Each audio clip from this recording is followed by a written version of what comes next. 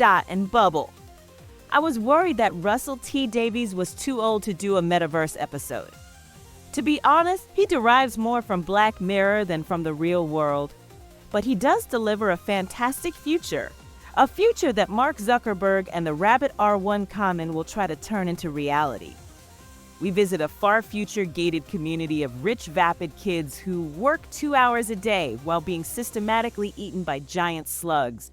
Right away, Davies promises us a darkly comedic satire that wears its Black Mirror inspiration on its sleeve.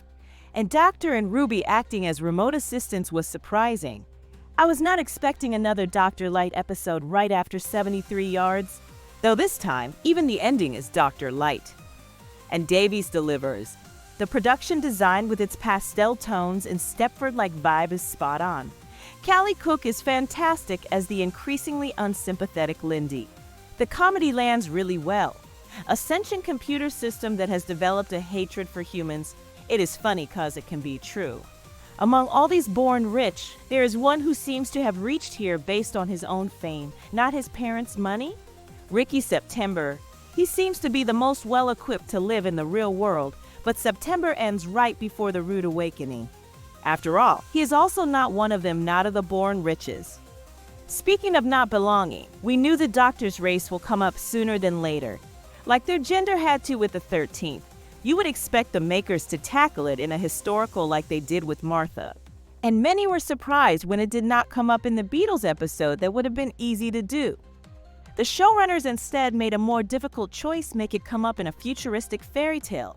When the twist ending comes, you realize how beautifully it was baked into the episode.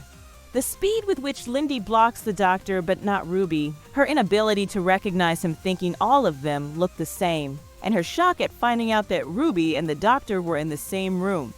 Oh, and her assumption that they are criminals who will have to be disciplined. Ncuti Gatwa and Millie Gibson bring their A-game to the ending, making you feel every bit of the injustice.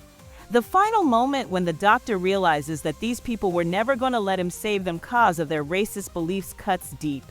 The climax was so good that my wife, who typically hates gore, actually wanted to see the gory end those rich kids were going to get. Now that's saying something. Overall, Dot and Bubble is a riveting, whiplash-inducing satire that reminds us Russell T. Davies can still go to those harshly cynical, Black Mirror-esque places when he wants. I love the tonal shifts and how it morphs from campy hilarity to a sobering statement on hate. Not a perfect episode, but a brazenly bold entry in this new era that sticks the landing. Let me know what you all thought of this one down in the comments.